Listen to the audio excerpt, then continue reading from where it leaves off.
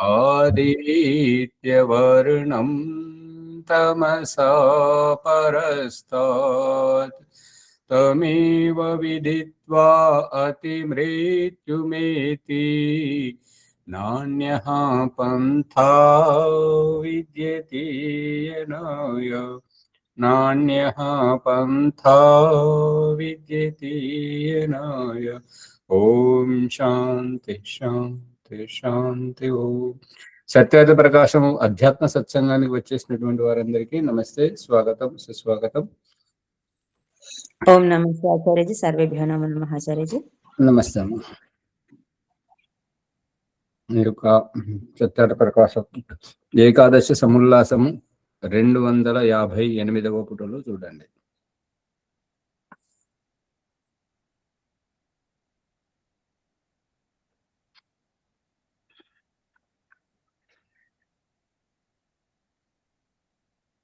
శరీరధారి అయిన జీవుడు బ్రహ్మము కాదు. కారణమేమన బ్రహ్మము కంటే జీవుడు భిన్నుడని స్వరూపము చేతనే సిద్ధమగుతున్నది. శరీరధారణ చేసినటువంటి జీవుడు బ్రహ్మము ఏనాటికి కాదు. ఇప్పుడు మత సంప్రదాయములు కానివ్వండి, ఇంకా ఏ రూపకంగా అయినా సరే, అవతారవాదము గాని, ఈ యొక్క కనబడే రూపానికి వచ్చాడు అంటే అతడు దేవుడు కాదు అనేటువంటిది అభిప్రాయం. కనబడే రూపానికి రావడానికి దేవుడు కాకపోవడానికి కారణం ఏమిటి అంటే అభౌతికము నుంచి భౌతిక స్థితికి, అంటే అభౌతికం అంటే పంచమహాభూతములకు అతీతమైనటువంటి స్థితిని అభౌతికం అంటారు. భౌతికము అంటే పంచమహాభూతాలకు అంతర్గతమైనటువంటి దానిని భౌతికం అంటుంటారు. అందుకని కనబడే రూపం భౌతికం అంటే పంచమహాభూతాలతో నిర్మితమైనటువంటిది. ఇప్పుడు దేవుడేమో పంచమహాభూతాలకు అతీతమైనటువంటి వాడు.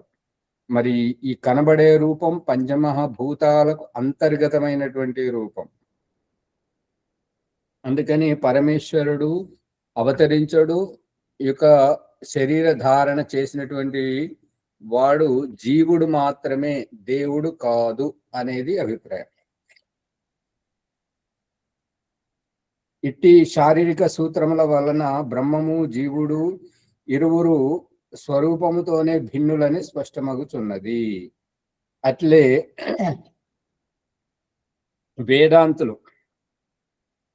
వేదాంతుల ఉపక్రమ ఉపసంహారములు కూడా ఘటిల్లవు. ఉపక్రమం, ఉప అంటే దగ్గరగా, సన్నికటంగా ఏవైతే వ్యావహారికంగా చూపిస్తున్నారో వేదాంతులు, వారిది ఈ జీవునికి వర్తింపవు. ఎందుకు వర్తింపవు అంటే జీవుడు జీవుడే, దేవుడు దేవుడే అనేది స్పష్టీకరణ చేయడం అనేటువంటిది అభిప్రాయం. ఉపక్రమం అంటే జీవుడే దేవుడు, దేవుడే జీవుడు అనేటువంటిది వారి భావన. ఉపసంహారం అంటే చివరికి తిరిగి మళ్ళీ చివరికి వారు చెప్పేది ఏంటంటే బ్రహ్మైక్యం, బ్రహ్మలీనం అనేటువంటి భాషతోటి అంతఃకరణంగా యుక్తంగా ఉన్నప్పుడు జీవుడు, అంతఃకరణ రహితంగా ఉన్నప్పుడు దేవుడు అనేటువంటిది జీవుని ఉనికిని ఖండించడం, ప్రకృతి ఉనికిని ఖండించడం. ఈ యొక్క పరమాత్మయే ఎప్పటికీ ఉంటాడు, బ్రహ్మనిత్యం జగన్మిత్య సర్వం కల్విదం బ్రహ్మ అనేటువంటి సిద్ధాంతాన్ని వాళ్ళు నిరూపిస్తున్నారు. కాబట్టి అది ఒకటి ఈ సంభవం కాదు. ఒకటి సంభవం ఎందుకు కాదు అని అంటే, ఇంకొకటి కావాలంటే తోడు కావాలి. మన అభిప్రాయం చెప్పాలన్నా వినేవారు కావాలి. వినబడుతున్న దాన్ని మనం ఆలకించాలన్నా ఆలకించేది ఏంటంటే ఇంకొకరి అభిప్రాయం. కాబట్టి వినడానికి, ధ్వని చేయడానికి ఇంకొకరు కావాలి. రూప ఆకృతిని దాల్చడానికి ఇంకొకరు కావాలి. కాబట్టి ఈ రకంగా ఒకే పరమాత్మలో ఇది వర్తింపజాలదు అనేది అభిప్రాయం. ఏలయనగా ఉపక్రమము అంటే ఆరంభము బ్రహ్మతో, ఉపసంహారం ప్రళయము కూడా బ్రహ్మమునందే చేయుచున్నారు. అంటే వీరి అభిప్రాయం ఏంటంటే సంతానముగానే తండ్రి పుడుతున్నాడు, చివరికి చస్తున్నది కూడా వంశమే అనేటువంటిది. పరమాత్మయే జీవుడవుతున్నాడు, జీవుడై వివిధ యోని జన్మలలో ఉంటున్నాడు, చివరికి ప్రళయం కూడా ఆ పరమాత్మలోనే జరిగిపోతుంది. అంటే తనకు తాను ఆత్మహత్య చేసుకుంటున్నాడు అనేటువంటి భావాన్ని నిరూపణ చేసి చెప్పినట్లు అవుతుంది.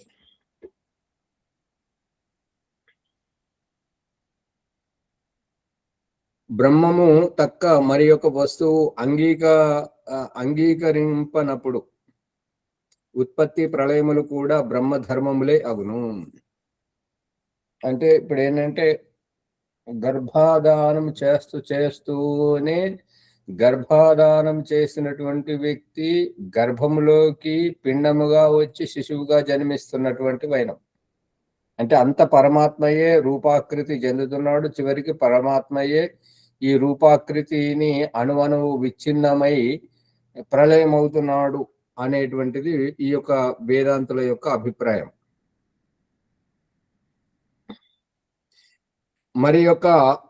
మరి బ్రహ్మము ఉత్పత్తి వినాశ ధర్మములు లేనిదిగా వేదాది సత్యశాస్త్రములు వర్ణించుచున్నవి. వేదాది సత్యశాస్త్రములు ఇప్పుడు ఏమంటున్నాడు అని అంటే, ఇప్పుడు మిక్సీ కోసం తయారు చేసినటువంటి దిశానిర్దేశం గైడ్ అనేటువంటిది సెల్ ఫోన్ కు వర్తించదు. సెల్ ఫోన్ కు ప్రయోగం గురించి తయారు చేసినటువంటి ఆ దిశానిర్దేశిక గైడ్ అనేటువంటిది ఫ్యాన్ కు వర్తించదు. దేనిది దానికే వర్తిస్తుంటుంటది. ఇక్కడ దేవుడి ధర్మాలు దేవుడివే, జీవుడి ధర్మాలు జీవుడివే, ప్రకృతి ధర్మాలు ప్రకృతివే. వేదములో ఎక్కడా కూడా దేవుడు జన్మిస్తాడు, దేవుడు వివిధ జన్మలలోకి వస్తుంటాడు, చివరికి ప్రళయమైపోతుంటాడు అని చెప్పేసి వేద శాస్త్రములలో ఎక్కడా లేదు. వేదంలో లేకపోతే మాకేంటి, మేమైతే నమ్ముతున్నామని వాళ్ళు అంటుంటారు. ఇప్పుడు వేదములో లేకపోతే మాకేంటి అనడానికి నీవు ఎవరు అంటే మనమంతా భగవంతుడి సంతానమే. కాబట్టి భగవంతుని సంతానం అయినప్పుడు భగవంతుడు తన బిడ్డలకు ఎలా నడుచుకోవాలో చెప్పినటువంటి ఈ రహస్యాత్మకమైనటువంటి దిశానిర్దేశమే వేదం. ఆ వేదములో లేదు కాబట్టి ఇక వేదం మూలమైనటువంటి వేదములో లేనప్పుడు మనం మనుషులము రచించుకున్నటువంటివి అవి ప్రామాణికములు కావు అనేది సందేశం.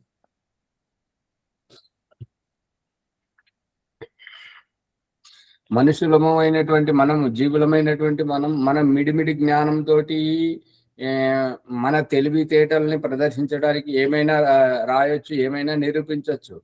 కానీ మనందరికీ మూల పురుషుడైనటువంటి ఆ పరమాత్ముడు అతడు చెప్పింది. ఇప్పుడు ఏంటంటే పిల్లలమైనటువంటి మనము ఎన్ని రకాలుగా నేను గొప్ప నాకే కావాలి, నాది ఇది నాది అని మనం కొట్లాడే కంటే అమ్మ నాన్న ఏం చెప్తున్నారు ముందు వారికి వినాలి. అమ్మ నాన్నకు తెలుసు ఎవరికి ఏది కావాలి, ఎంత కావాలి, ఎప్పుడు కావాలి అనేది అమ్మ నాన్నకు తెలుసు. అదే విధంగా ఈ జీవులకు ఏది వర్తింపజేయాలి, ఏది వర్తింపజేయకూడదు, ఏది ఏ రకంగా అనేటువంటిది జీవులు దేవుని కంటే భిన్నమైనప్పుడే దేవుడు చేయగలుగుతుంటాడు. ఇప్పుడు తల్లిదండ్రులు వేరు, పిల్లలు వేరు అని అన్నప్పుడే తల్లిదండ్రులు విశాల దృష్టికోణంతో, పెద్ద మనసుతోటి పిల్లలకు ఏది ఎప్పుడు ఎలా వర్తింపజేయాలో వర్తింపజేస్తున్నారు. అంతేగాని తల్లిదండ్రులే పిల్లలు, పిల్లలే తల్లిదండ్రులు అనేటువంటి భావం సరైనటువంటిది కాదు అని భగవంతుడు స్వయాన మనల్ని శిశువులుగా పుట్టించి తల్లిదండ్రుల ఆ ఒడిలో ఆడుకోజేయడం, వారి ఈ నడక బుద్ధితో మనల్ని తెలివిమంతులను చేయడం, తర్వాత గురువు దగ్గరికి తీసుకెళ్లి జ్ఞానవంతులను చేయడం, ఇదంతా చూపిస్తున్నాడు అన్నట్టు. అంటే గురువు దగ్గరికి ఎవరు వస్తారు అంటే శిష్యులు వస్తారు. శిష్యులు ఎవరు అంటే శిష్యరికం, శిక్షణ నేర్చుకునేటువంటి వాళ్ళు శిష్యులు. అంటే నేర్పించేవారు నేర్చుకునేవారు వేరువేరుగా ఉంటేనే గురు శిష్యుల సంబంధం ఏర్పడుతుంటది. సంతానం అనేటువంటి ఏంటంటే సంతరతీతి సంతానం, తాను తరించిపోతూ మనల్ని తరింపజేసేటువంటి వారు సంతానం అనబడుతుంటారు. మరి సంతానం అనేటువంటి వారు సంతానాన్ని కనేటువంటి తల్లిదండ్రులకు ఆ వంశానికి వేరుగా ఉంటేనే కదా వాళ్ళు తరించిపోయేది, వీళ్ళని తరింపజేసేటువంటిది.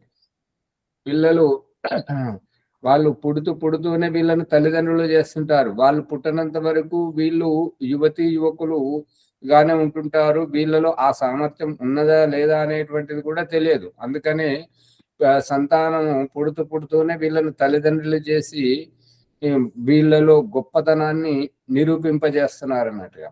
అందుగురించి నిరూపించాలి అని అంటే నిరూపించేవారు ఒకరు, నిరూపింపబడేవారు ఇంకొకరు. ఇద్దరు వేరు వేరైతేనే సిద్ధమవుతుంటది. అదే రకంగా దేవుడు వేరు, జీవుడు వేరు.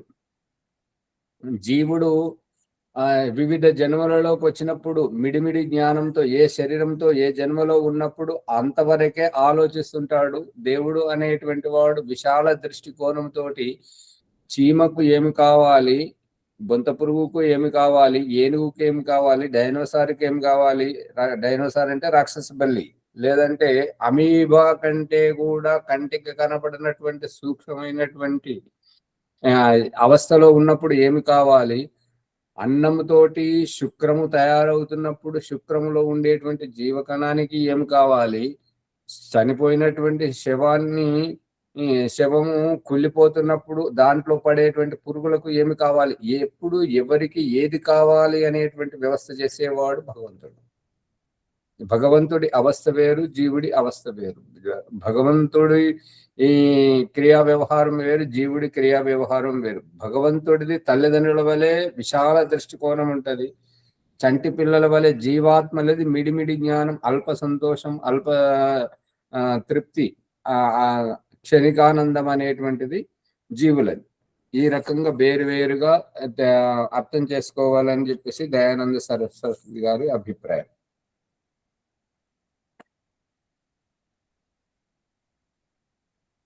అందుకే దయానంద సరస్వతి ఏమంటున్నాడంటే, నా దగ్గర కాదు, నేను చెప్తున్నది మీరు నమ్మాల్సిన అవసరం లేదు.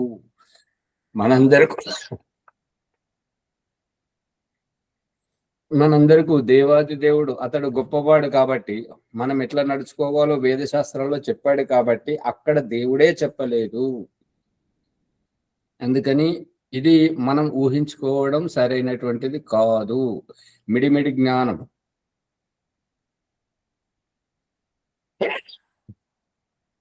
నాది గొప్ప అని నేను వాదిస్తుంటాను. ఇది నా పుస్తకం, నేను రాస్తున్న సత్యార్థ ప్రకాశం కాబట్టి నేను చెప్పింది మీరు వినాలనేది ఇది నా అభిప్రాయం కాదు. నేను దేవుడి అభిప్రాయం, వేదములో ఉన్నటువంటి సారాంశాన్నే నేను చెప్తున్నాను అని దయానంద సరస్వతి ఈ విధంగా నిరూపిస్తున్నాడు.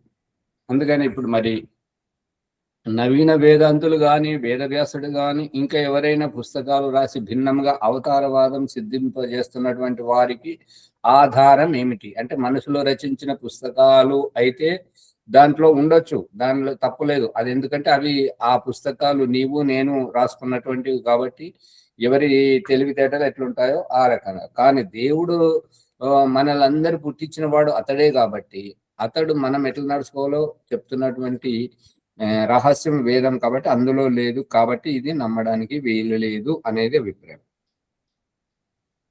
అవి నవీన వేదాంతులపై గోపించిన అంటే గోపము అంటే రహస్యం, గుప్తం. అంటే నవీన వేదాంతులకు ఈ వేదములు వర్తించవా, గోపించిన అంటే వర్తించవా? ప్రభాకర్ గారు అర్థమవుతుందా? అర్థమవుతుంది. అంటే ఇప్పుడు భగవంతుడు చెప్పింది మీరు వినరా నవీన వేదాంతులు అనేది అభిప్రాయం. ఏలయనగా నిర్వికారి, అపరిణామి, శుద్ధము, సనాతనము, నిర్భ్రాంతృత్వాది విశేషణయుక్త బ్రహ్మమునందు వికారము, ఉత్పత్తి, అజ్ఞానము మున్నగునవి ఎన్నటికి సంభవం కావు.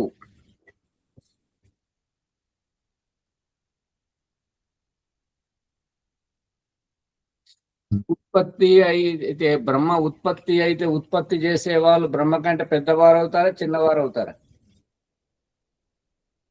ఇప్పుడు దేవుడు చూపిస్తున్న పెద్దవారు దేవుడు చూపిస్తున్న దృష్టాంతం ఏంటంటే కనేటువంటి తల్లిదండ్రులు పెద్దవారై ఉంటారు, పుట్టేటువంటి పిల్లలు చిన్నవారై ఉంటారు అనేది దీని యొక్క రహస్యం. విద్య నేర్పే గురువు ఎదిగినటువంటి పరిపక్వమైనటువంటి అనుభవం కలిగినటువంటి వ్యక్తి అయి ఉంటాడు, నేర్చుకునేటువంటి వారు అపరిపక్వ బుద్ధి గలవారై ఉంటారు అని చెప్పేసి ఇందు మూలంగా తెలియబడుతున్నది. కాబట్టి భగవంతుడు వికారి అంటే ఉన్న దాంట్లో ఒక ఆలోచన పుట్టడం వికారం. భగవంతుడు నిర్వికారి అంటే అతనికి ఏ లోటు లేదు కాబట్టి అతనిలో నేను ఇలా అవ్వాలి, అలా కావాలి, నేను ఇది తినాలి, అది చెయ్యాలి అనేటువంటి ఏ ఆలోచన అతనిలో ఉండదు. అందుకనే అతడు నిర్వికారి.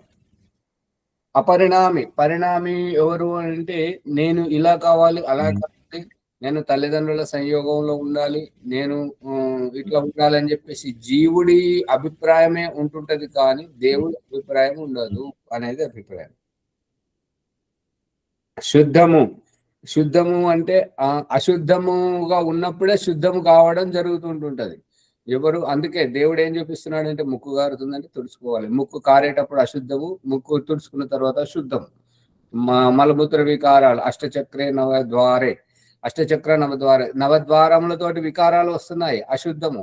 అవికారాలను శుద్ధి చేసుకుంటే మనం శుద్ధము అని మనకు నిరూపించి చూపిస్తున్నాడు. ఇటువంటి వికారాలు, దేహమే లేదు, వికారమే రాదు. అలాంటప్పుడు భగవంతుడు ఎప్పుడూ శుద్ధుడు. సనాతనం అంటే నిరంతరంగా అతనికి ఆది ఆరంభము అనేటువంటిది లేదు. కానీ జీవుడికి స్వర్గం నుండి వచ్చినప్పుడు ఆరంభము, మరియు జీవన ముక్తి పొందుతున్నప్పుడు అంతము. ఇది ఈ యొక్క జన్మలను బట్టి, ఈ జీవుని శరీరాలకు బట్టి, ఈ 84 లక్షల జీవుల జన్మలను బట్టి ఉంటుంటదే కానీ జీవునికి ఈ శరీర రహితమైనటువంటి జీవుని యొక్క ఆత్మ, జీవం పోసుకునేటువంటి ఆత్మకు కాదు. ఆత్మ అనాది. ఈ రకంగా మన దేహములలో నిన్నటి వరకు మనం తెలుసుకున్నది ఏంటంటే ఈ 84 లక్షల జీవరాశుల యొక్క జన్మల యొక్క అభిప్రాయం ఏంటంటే తన నుండి దూరము పోతున్నటువంటి జీవాత్మను నెమ్మదిగా దగ్గరికి రాజేసుకోవడము, పిలిపించుకోవడము అనేటువంటిది. చివరికి త్వదీయం వస్తు గోవింద తుభ్యమేవ సమర్ప్యతే. ఇక నీవిచ్చినటువంటి ఈ జన్మలను నేను వదిలేస్తున్నాను, ఇక నేను ఈ జన్మలలో ఉండలేను, ఇక నేను ఈ శరీరంతో ఉండలేను, నేను ఈ శరీరానికి అతీతంగా వెళ్ళిపోతున్నాను, ఇక్కడ నేనున్నాను, ఇక నీ సృష్టి, నీ వ్యవస్థ, ఇక నీవు ఉండుము. ఇది దయానంద సరస్వతి తాను ముక్తికి వెళుతున్నటువంటి సంకేతం. ఈ జన్మలలో నేనుండను, ఈ దేహముతో నేనుండను, దేహరహితముగా ఉంటాను అని అంటే జన్మరాహిత్యమైనటువంటి అవస్థ. అందుకని నిర్భ్రాంతిత్వం, విశేషణయుక్త బ్రహ్మం అంటే ఇటువంటి విశేషణలతో కూడినటువంటి బ్రహ్మమందు వికారము అంటే ఇది కావాలి, అది పొందాలి, ఇలా అవ్వాలి అనేటువంటి వికారం. ఉత్పత్తి అని అంటే పుట్టాల్సినటువంటిది, మరి పుట్టినటువంటి ఏ శరీరంతో అయితే పుడుతుందో మరి ఆ శరీరం యొక్క పరిణామం ఏంటి? వినాశనం.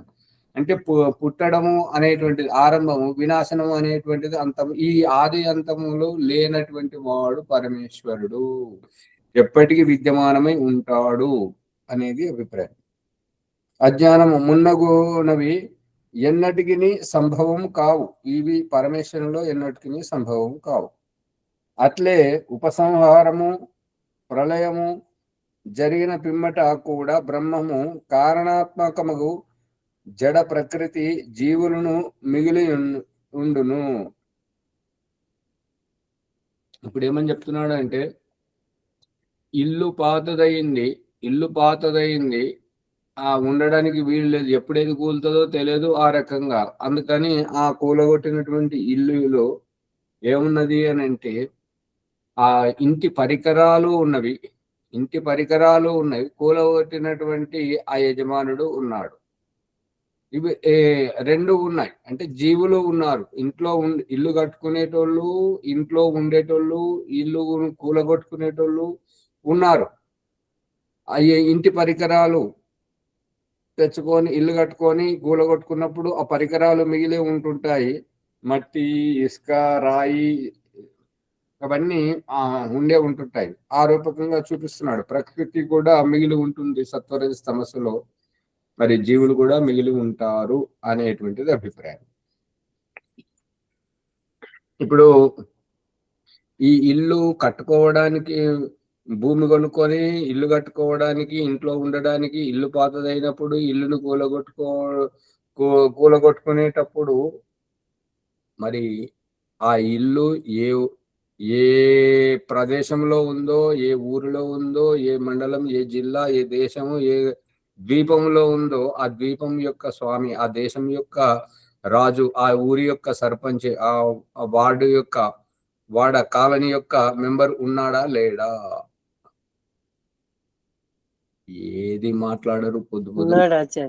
మరి ఓం నమస్తే ఆ ఆచార్యజీ. ఉన్నాడు. ఉన్నవాడే ఆ ఉన్నవాడే దేవుడు. అర్థమవుతుందా? ఈ ప్రళయము జరిగేది ప్రకృతిలో జరుగుతుంది. ఇంటిలో ఇల్లు పాతదైపోయింది, కూలిపోతుంది. వస్త్రం పాతదైపోయింది, చినిగిపోతుంది. ఆ వస్త్రంను కొనుక్కున్నటువంటి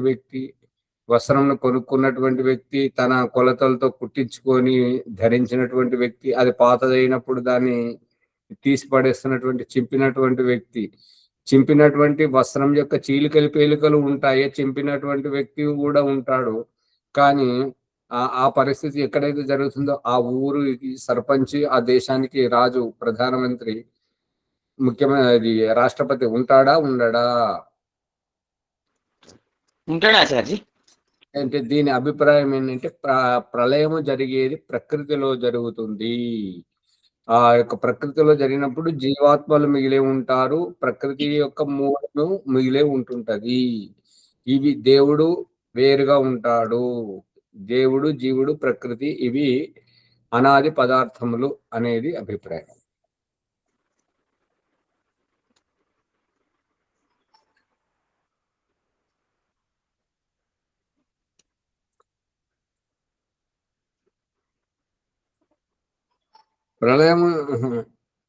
ప్రళయము జరిగిన పిమ్మట కూడా బ్రహ్మము కారణాత్మకముగు జడ ప్రకృతి జీవులను మిగిలి ఉండును. కావున ఈ వేదాంతుల ఉపక్రమోపసంహారములను కల్పితములే. ఇట్లే ఇతరములకు అనేకములైన అశుద్ధులు శాస్త్రములకు ప్రత్యక్షాది ప్రమాణములకు విరుద్ధములైనవి ఉన్నవి అని చెప్పేసి దీంతో నవీన వేదాంతుల యొక్క అభిప్రాయాన్ని ఎంత ఒలిసినా, ఎంత తవ్వి చూసినా అంతే కంపుగా ఉంటుంటది. కాబట్టి ఇక దాన్ని వదిలిపెట్టడం, ఎందుకంటే దాంట్లో సత్యం లేదు అని చెప్పేసి అది వదిలేసి ఇప్పుడు విక్రమాదిత్యుడు మరియు భర్తృహరి యొక్క సంబంధంలో చెప్తున్నాడు. చూడండి. ఇప్పుడు అంటే దేవుని స్థానం వేరు, జీవుల స్థానం వేరు, ప్రకృతి స్థానం ప్రకృతికే నాచారి. అంతే కదమ్మా. ఇప్పుడు ద్రౌపది ముర్ము గారు, నరేంద్ర మోదీ గారు రాజ్యాన్ని పరిపాలిస్తున్నారు కాబట్టి వారు దేవుని స్థానంలో ఉన్నారు. కానీ మన ఊరిలో, మన ఇంటిలో మనం ఉన్నాము, మనం జీవుల స్థానంలో ఉన్నాము. మనం ఇల్లు కట్టుకుంటున్నాము, మరి పాతదైనప్పుడు దాన్ని కూల్చేస్తున్నాము. కూల్చినప్పుడు ఇంటి పరికరాలు, మట్టి, ఇసుక, ఆ యొక్క కిటికీలు, అవన్నీ కర్రలు ఉంటున్నాయా ఉంటలేవా అమ్మగారు? బండలు ఇట్లా ఉంటున్నాయి. అదే ప్రకృతి మూలము మిగిలి ఉంటుంది, మరి జీవులు మిగిలి ఉంటుంటారు. అవన్నీ దేవుడు దృష్టాంతంగా చూపిస్తున్నాడు. కానీ మనకు చెప్పేవారు లేక ఆ రూపకంగా మనం ఆలోచించకపోయేసరికి అది వేరు ఇది వేరు అనేటువంటి భ్రాంతి కలుగుతుంది. అవును. పిమ్మట జైనులయు శంకరాచార్యుల అనుయాయులయు ఉపదేశముల సంస్కారములు ఆర్యావర్తమున వ్యాపించెను. జైనుల ఏంటి అంటే మూర్తి పూజ, శంకరాచార్యులది ఏంటిది అద్వైతవాదం. ఇవన్నీ ఈ వాళ్ళు ఆ ఇవి ఆర్యావర్తమున వ్యాపించను అంటే దీని అభిప్రాయం ఏంటంటే ఎవరైతే ఏది చెప్తే వారి ప్రభావం ఉంటుంటది. అంతేగాని మా ఈ చెప్పుడు మాటలతో నేర్పించేవారు లేనప్పుడు ఏ ప్రభావం అయితే ఉంటుంటుందో ఆ ప్రభావము ప్రభావం అనేటువంటిది అది చెక్కు చెదరకుండా అలాగే ఉంటది అనేది కాదు. అది ఎవరికి ఉంటుంటది అని అంటే ఆ భావాన్ని గ్రహిస్తూ విచారిస్తూ సందేహ నివృత్తి చేసుకుంటూ ఇతరులకు ఉపదేశించేటువంటి వారికి. ఇప్పుడు దీని అభిప్రాయం ఏంటంటే దయానంద సరస్వతి ఉత్తర భారతం అంతా తిరిగాడు కానీ దక్షిణ భారతంలో రాలేదు. ఎందుకు రాలేదు? దక్షిణ భారతంలో ఒక్కసారి మద్రాసుకు వచ్చాడు, ఆ తర్వాత మళ్ళీ రాలేదు. ఎందుకు రాలేదు అని అంటే దయానంద సరస్వతి చెప్తున్నటువంటి కారణం ఏంటంటే ఇక్కడ వేద మంత్రంలో సుప్రభాతం ప్రతిరోజు వింటున్నారు కాబట్టి, ఇక్కడ పతివ్రత ధర్మం ఉన్నది కాబట్టి ఇక్కడ వేద ప్రచారం చేయాల్సినటువంటి అవసరం లేదు. ఎక్కడైతే ఈ విదేశీ ఆక్రమణ అనేటువంటి దేశం పై భాగం నుండి ఉత్తర భారతం నుండి వస్తున్నది, ఈ సముద్ర భాగం నుండి కలకత్తా నుంచి మరియు హిమాలయం ఆ పక్క నుంచి అటు నుంచి వస్తున్నది కాబట్టి వాళ్ళు బిక్కుబిక్కుమనుకుంటూ వాళ్ళ ఆత్మరక్షణలో పడి ఈ దేశ సంస్కృతిని వేద ధర్మాన్ని వాళ్ళు మరిచిపోయినట్లయినారు కాబట్టి అక్కడ వేద ప్రచారం అవసరం. ఇక్కడ సముద్రము తటంలో ఈ దక్షిణ భారతంలో ఇటు నుంచి ఎవరు రాలేదు, మరి వీళ్ళ మీద ఆక్రమణ చేయలేదు కాబట్టి వీళ్ళు వేద ధర్మముని అనుసరిస్తున్నారు, రోజు వేద మంత్రములను వింటున్నారు, మరియు పతివ్రత ధర్మం వీళ్ళన్నీ పాటిస్తున్నారు కాబట్టి ఇక్కడ వేద ప్రచారం అవసరం లేదు. ఎక్కడైతే అవసరం ఉందో అక్కడికి పోవాలని చెప్పేసి ఎక్కువగా ఉత్తర భారతదేశము కలకత్తా అటుపై వెళ్ళారు. అర్థమవుతుందా? అంటే అందుకని ఈ యొక్క రహస్యము ఈ జైనులు శంకరాచార్యులది వీళ్ళు వచ్చినప్పుడు వీళ్ళ ప్రభావము ఉండడం వల్ల వీళ్ళ సంపర్కంలో వచ్చినటువంటి వాళ్ళు వీళ్ళ మాటలతో ప్రభావితమయ్యారు. అటు ఆ యొక్క వేద మంత్రాన్ని వేద ధర్మమును విడిచిపెట్టడం వల్లనే మూర్తి పూజను చేయడము, గుళ్ళు కట్టుకోవడం, విగ్రహారాధన చేయడం, మరి అద్వైత సిద్ధాంతం అని చెప్పడం, అది మర్చిపోతేనే ఇది అలవడింది. అర్థమవుతుంది అమ్మగారు? ఈ తరగతి పేరుతోటి ఏంటంటే పూర్వ తరగతిని విడిచిపెడితేనే తర్వాత తరగతికి వెళ్తారు కదా, ఒకటో తరగతిని విడిచిపెడితేనే రెండవ తరగతికి వెళ్తారు. పాఠశాలకు విడిచిపెడితేనే కళాశాలకు వెళ్తుంటారు కదా, ఇది విడిచిపెడితేనే అది జరుగుతుంది. అందుకని ఈ వేద ధర్మ ప్రచారం దక్షిణ భారతదేశంలో ఎక్కువగా ఉన్నది అని ఇటు పట్టుకున్నాడు. అటు బొంబాయికి వచ్చారు, సముద్ర తీరంన వచ్చి గుజరాత్ కు వచ్చారు, సముద్రం బట్టల వ్యాపారంతో ఇటు కలకత్తాకు వచ్చారు. ఆక్రమణ అటువైపు నుంచి చేశారు కానీ ఇటువైపు నుంచి ఎవరు కూడా మన దేశం మీద ఆక్రమణ చేయలేదు. ఇటువైపు నుంచి కూడా చెయ్యాలని చెప్పేసి ఈ శ్రీలంకలో తీవ్రవాదం పెంచాలని చాలా ప్రయత్నించినప్పుడు సంజయ్ గాంధీ, ఇందిరాగాంధీ యొక్క రెండవ కుమారుడు, ఈ యొక్క శ్రీలంక దీన్ని చేస్తారు, మనం అంతా ఊమేస్తే కూడా దానిలో కప్పకపోతుంది, ఇక్కడ తీవ్రవాదం ఏంటి అని చెప్పేసి దాన్ని ప్రతిఘటించారు అన్నట్టుగా. ఎల్టీటీ తయారైంది, తమిళ్ లిబరేషన్ ఆఫ్ టైగర్స్ అనేటువంటిది, వాళ్ళు దానికి ప్రతీకారంగా వెళ్ళి అక్కడ ఆపారు.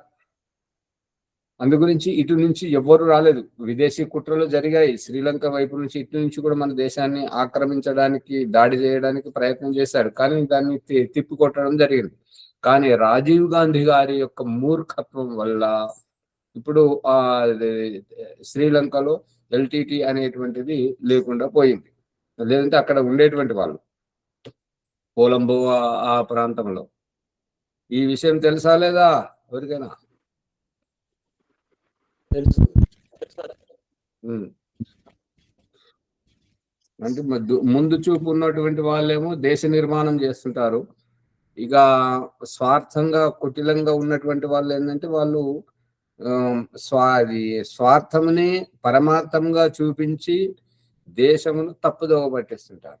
మరి అభిప్రాయం ఇప్పుడు నరేంద్ర మోదీ గారు చేస్తున్నటువంటిది దాదాపుగా దేశం యొక్క నిర్మాణం చేస్తున్నారు, ముందు చూపుతో చేస్తున్నారు కాబట్టి అది అందరికీ నచ్చట్లేదు. అర్థమవుతుందా లేదా? అవుతుంది ఆచార్య.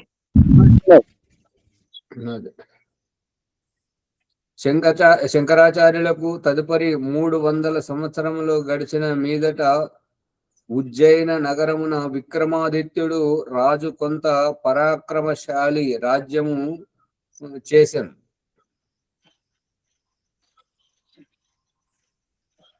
శంకరాచార్యుని తర్వాత 300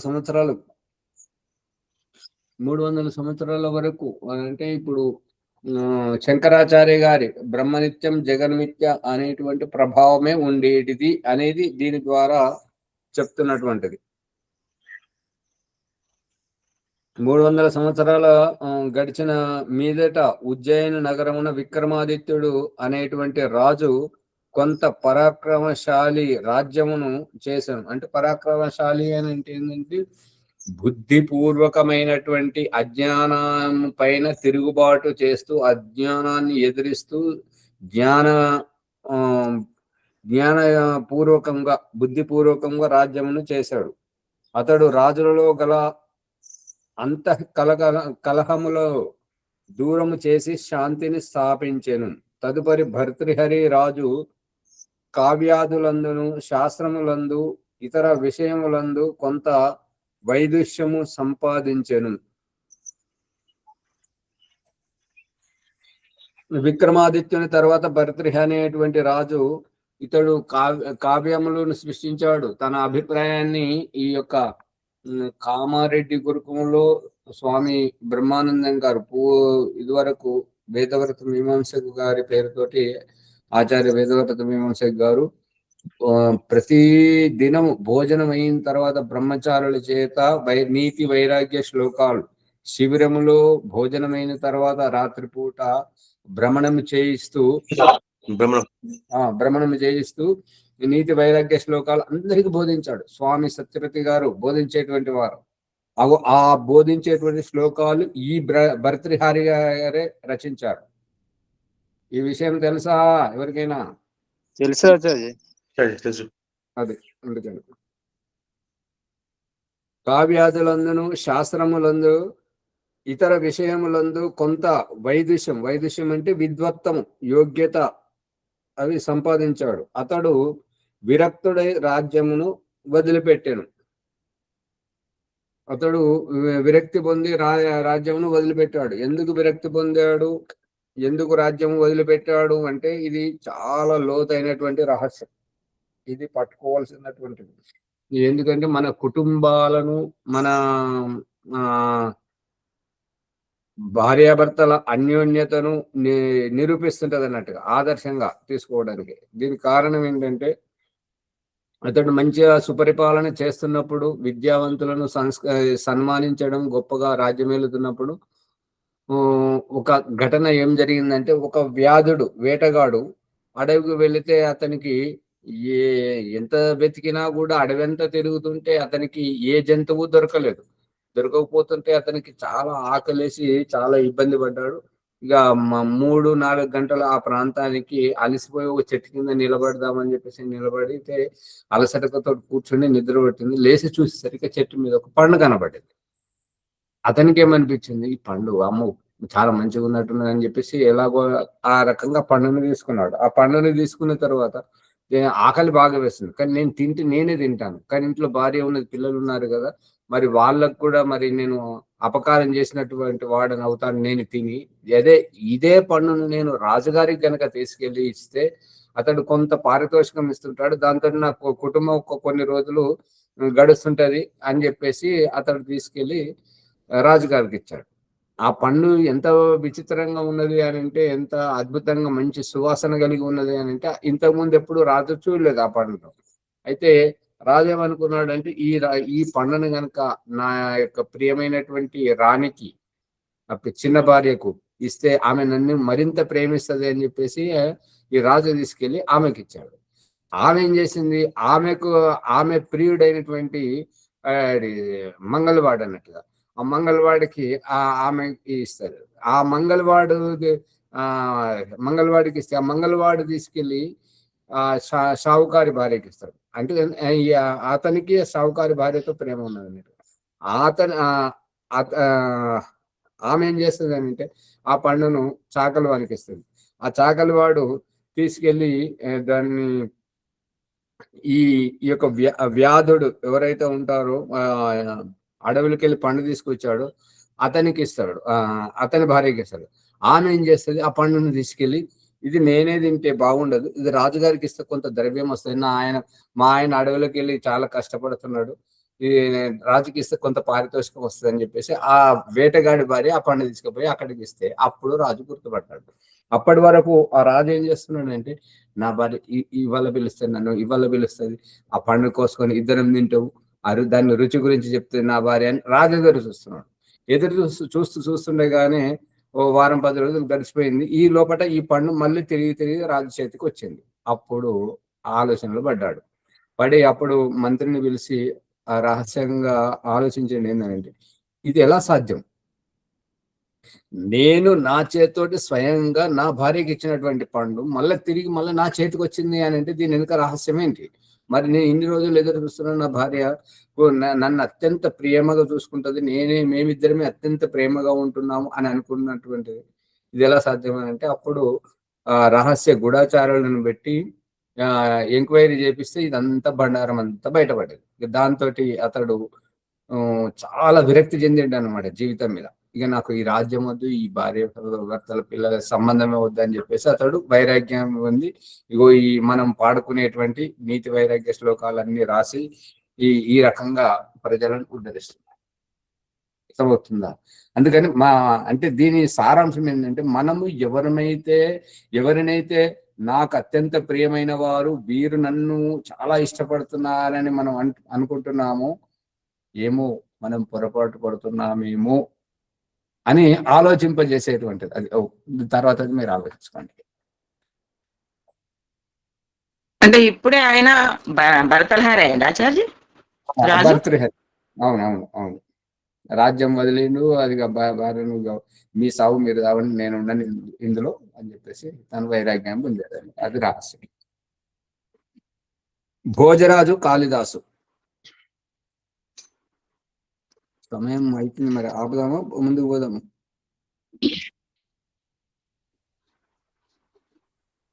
సమయము అవస్తుంది. మరి ఒక పాట పాడండి.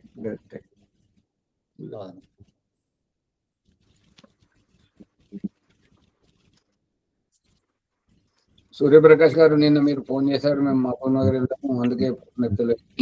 తర్వాత మాట్లాడదాం. పాడండి అమ్మగారు.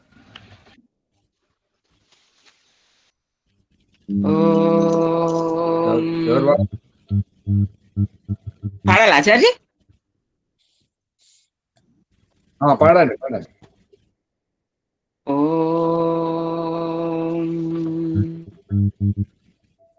ఎటుల పొందుదు నిన్ను ఏమి చేయుదు స్వామి, ఈ దీనుని కరుణించి ఈ కోరిక తీర్చుము, ఎటుల పొందుదు నిన్ను ఏమి చేయుదు స్వామి. కన్నులకు కనబడవు చెవులకు వినబడవు, కన్నులకు కనబడవు చెవులకు వినబడవు, మాటలకు అంటావు మనసున కందవని, గురులు చెప్పగా నేను మరి వింటిని, గురువులు చెప్పగా నేను మరి వింటిని, ఎటులా పొందుదు నిన్ను ఏమి చేయుదు స్వామి, ఎటులా పొందుదు నిన్ను ఏమి చేయుదు స్వామి, ఈ దీనుని కరుణించి ఈ కోరిక తీర్చుము. పంచభూతంబులు ప్రాణాది వాయువులు, పంచభూతంబులు ప్రాణాది వాయువులు, పంచతన్మాత్రాలు ప్రకృతికి గుణములు, రాగాదులను నీలో రవ్వంత లేవనిరి, రాగాదులు నీలో రవ్వంత లేదనురి, ఎటులా పొందుదు నిన్ను ఏమి చేయుదు స్వామి,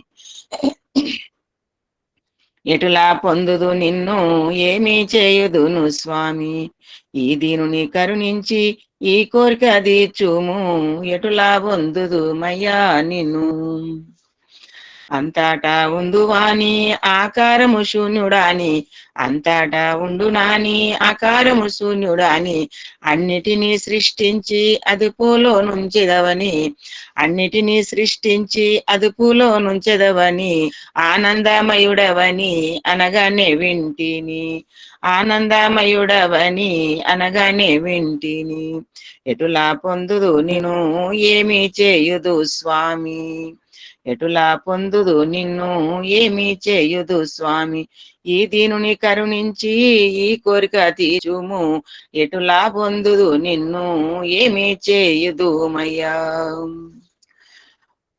భక్తుల హృదయమున పరితపమును కలిగి భక్తుల హృదయమున పరితపమును కలిగి సత్ప్రవర్తన తోడా నన్ను సన్నుతించితివి చాలు సత్ప్రవర్తన తోడా సన్నుతినించిని చాలు ఆనంద కదిలిత హృదయార విందువాని ఆనంద కదలిత హృదయార విందులయ్యి నిన్ను పొందుదురాని నేడు తెలిసెను స్వామి నిన్ను పొందుదువాని నేడు తెలిసెద స్వామి ఎటులా పొందుదు నిన్ను ఏమి చేయుదు స్వామి ఈ దీనుని కరుణించి ఈ కోరిక తీర్చుము ఎటులా పొందుదు మయ్యా నిన్ను ఇటులానే పొందుదును నిన్ను ఇకపైన ఓ స్వామి ఇటులానే పొందుదు నిన్ను ఇకపైన ఓ స్వామి ఈ దీనుని కరుణించి ఈ కోరిక తీర్చుము ఈ దీనుని కరుణించి ఈ కోరిక తీర్చుము ఎటులా పొందుదు నిన్ను ఏమి చేయుదును స్వామి ఎటులా పొందుదు నిన్ను ఏమి చేయుదు స్వామి ఈ దీనుని కరుణించి ఈ కోరిక తీర్చుము ఈ దీనుని కరుణించి ఈ కోరిక తీర్చుము ఎటులా పొందుదుము నిన్ను ఏమి చేయుదు స్వామి. ఓం నమస్తే ఆచార్య, ధన్యవాదాలు. చాలా స్వస్థ ఆరోగ్య మస్తిష్కం ద్వారా రచింపబడినటువంటి అద్భుతమైనటువంటి అది బాగుంది. ప్రభాకర్ గారు ముందుకు తీసుకెళ్ళండి. ఓం సర్వేభ్యో నమస్తే.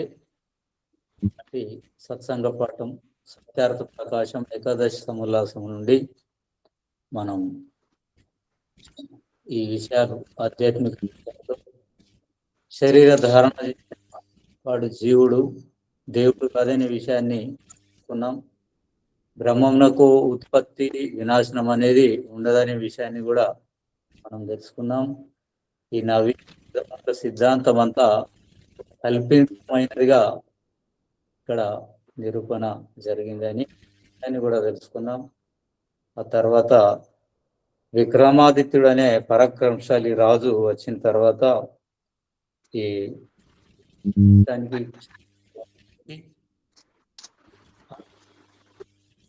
ఒకటిగా చేసి ఒక మంచి రాజ్యాన్ని స్థాపించాడు అనే విషయం కూడా తెలుసుకున్నాం.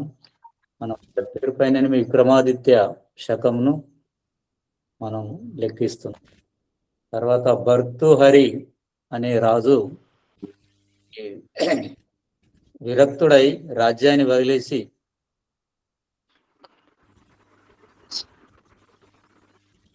విద్వాంసుడుగా పండితుడుగా మనకు అందించిన భర్తృహరి శ్లోకాలు ఇప్పుడు వింటున్నాం. ఇంత విషయాలు చాలా విజ్ఞానం విషయాలు వచ్చి ఎపిసోడ్ అందరూ గంట సింబల్ నొక్కి ఈ జ్ఞానాన్ని అందరికీ అందించాలని మనవి. ఇందులో ఇంకేమైనా సందేహాలు ఉంటే ప్రశ్న రూపంలో కామెంట్ బాక్స్లో సందేహాలు రాసి సందేహ నివృత్తి పొంది అత్యధిక జ్ఞానాన్ని సంపాదించాలని మనవి. ఈ విషయాలన్నీ మనకు వివరంగా అందించిన ఆచార్య గారికి ధన్యవాదములు. ప్రభాకర్ గారు భాష సంపాదించగలరని అధిక జ్ఞానం సంపాదించగలరని కాదు, ఆ అధిక జ్ఞానం పొందుదామని జ్ఞానవంతులు మగుదామని అవునవును. అలా ఉంది. ఈ విషయాలన్నీ విని మనం అత్యధిక జ్ఞానవంతులం కావాలని కోరుచున్నాను. తర్వాత ఈనాటి వైదిక సంధ్య బుధవారం ఎవరున్నారో చేయించాలి. 2వ బ్యాచ్ నుండి.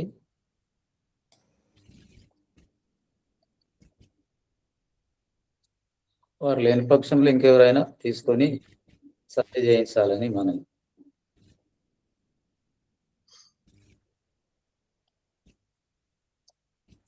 ఓం ఆచార్య నమస్తే. చేయించమని చెప్తుంది. చేయించండి. సంజోపాసన బ్రహ్మయజ్ఞం. ఓం అమృతోపస్తరణమసి స్వాహా. ఓం అమృతాపిదానమసి స్వాహా. ఓం సత్యం యశః శ్రీర్మై శ్రీః శ్రయతాం స్వాహా. ఓం షన్నో దేవీరభీష్టయా ఆపో భవంతు పీతయే శయోరవిస్రవంతు నః. ఇంద్రేశ్వర్షణ మంత్రము. ఓం వాక్ వాక్ ఓం ప్రాణః ప్రాణః ఓం చక్షుః చక్షుః ఓం శ్రోత్రం శ్రోత్రం ఓం నాభిః ఓం హృదయం ఓం కంఠః ఓం శిరః ఓం బాహుభ్యాం యశోబలం ఓం కరతలాకరావృష్టి. ఇంద్రియమార్జన మంత్రములు. ఓం భూః పునాతు శిరసి ఓం భువః పునాతు నేత్రయోః ఓం స్వః పునాతు కంఠే ఓం మహః పునాతు హృదయే ఓం జనః పునాతు నాభ్యాం ఓం తపః పునాతు పాదయోః ఓం సత్యం పునాతు పునః శిరసి ఓం కం బ్రహ్మ పునాతు సర్వత్ర. ప్రాణాయ మంత్రములు. ఓం భూః ఓం భువః ఓం స్వః ఓం మహః ఓం జనః ఓం తపః ఓం సత్యం. అగమర్షణ మంత్రము. ఓం ఋతం చ సత్యం సాభిద్ధా తపసోధ్యజాయిత తతో రాత్రియజాయిత తతః సముద్రో అర్ణవః సముద్రాదర్ణవాదది సంవత్సరో అజాయత అహోరాత్రాని విదదద్ విశ్వస్య మిషతో వసి సూర్యాచంద్రమసౌ ధాతా యథా పూర్వమకల్పయతు దివిం చ పృథివీం చాంతరిక్షమదో స్వః. ఓం షన్నో దేవీరభీష్టయా ఆపో భవంతు పీతయే శయోరవిస్రవంతు నః. మనసా పరిక్రమ మంత్రం. ఓం ప్రాసీదిగగ్నిరధిపతిరషితో రక్షితాదిశ్చాయిషవః తేభ్యో నమోధిపతిభ్యో నమో రక్షితృభ్యో నమః ఇషుభ్యో నమయేభ్యో అస్తు. యోస్మాన్ ద్వేష్టియం వయం దిస్మస్తంభోచంబే దద్మః.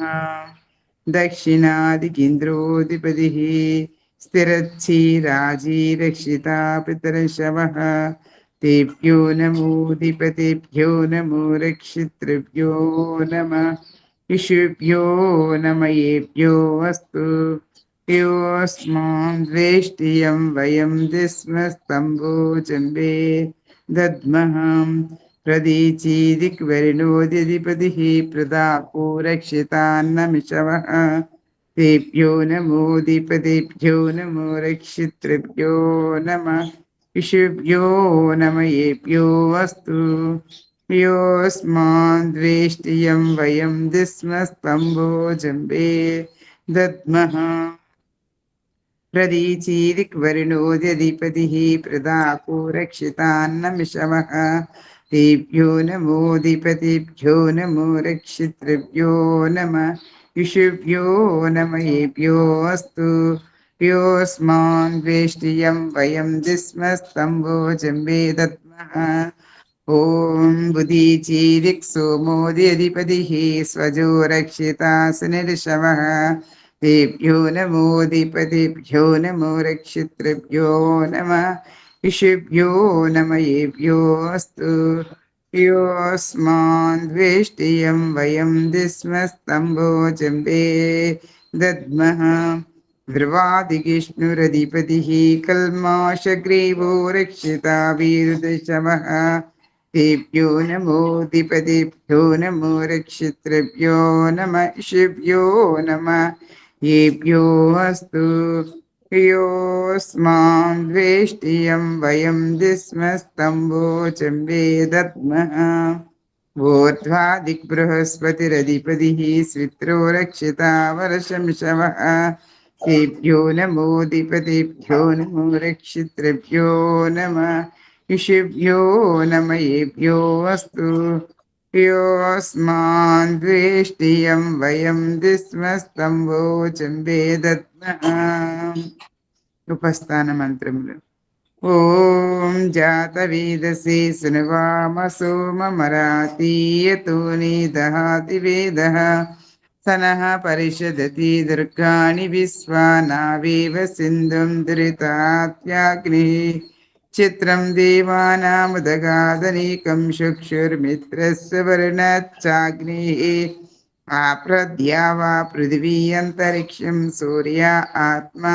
జగతస్తుతస్సు చ ఉదుత్యం జాతవేదసం దేవం వహంతి కేతవః దృశే విశ్వాయ సూర్యం బుద్వయం తమసస్వరిష్వహవత్యంతముత్తరం దేవం దేవత్రా సూర్యమగన్మజ్యోతిరుత్తమం తచ్చక్షుర్దేవహితం పురస్తాత్ శుక్రముచ్చరతు హస్యేమ శరదశ్యతం జీవేమ శరదశ్యతగం శృణుయామ శరదశ్యతం బ్రభ్రమామ శరదశ్యతం హదీనాసామ శరదశ్యతం భోహెచ్చ శరదశ్యతాత్తు ఓం షన్నో దేవీరభీష్టయా ఆపో భవంతు పీతయే శంయోరభిస్రవంతు నః ఓం భూర్భువః స్వః తత్సవితుర్వరేణ్యం భర్గో దేవస్య ధీమహి ధియో యో నః ప్రచోదయాత్. ఏ రక్షకావు సచితానందనంత స్వరూప నిత్యుడువు బుద్ధుడువు ముక్త స్వభావుడువు అజరుడు అమరుడు అభయుడు నిత్యుడు పవిత్రుడు సృష్టికర్త అయ్యున్న పరమాత్మ నీకు అనేక నమస్కారములు. ఏ ఈశ్వర దయానిధి సమర్పణ భావం ఈ జపపాసనాది కర్మములు చేస్తున్న మేము ధర్మార్థ కామ మోక్షముల సిద్ధిని సత్వరమే ఈ జన్మలోనే మాకు ప్రసాది అనుగ్రహించేటట్లు మమ్ము అనుగ్రహించము తండ్రి. ఓం నమః శంభవాయ చ మయో భవాయ చ నమః శంకరాయ చ మహేశ్వరాయ చ నమః శివాయ చ శివతరాయ చ. ఓం షన్నో దేవీరభీష్టయా ఆపో భవంతు పీతయే శంయోరభిస్రవంతు నః. అవకాశం ఇచ్చినటువంటి ఆచార్య గారికి నమస్తే, ధన్యవాదాలు. సర్వేభ్యో నమః. ధన్యవాదములు. శ్యామలయ్య గారు వింటున్నారా? శ్యామలయ్య గారు, అది హైదరాబాద్ నుంచి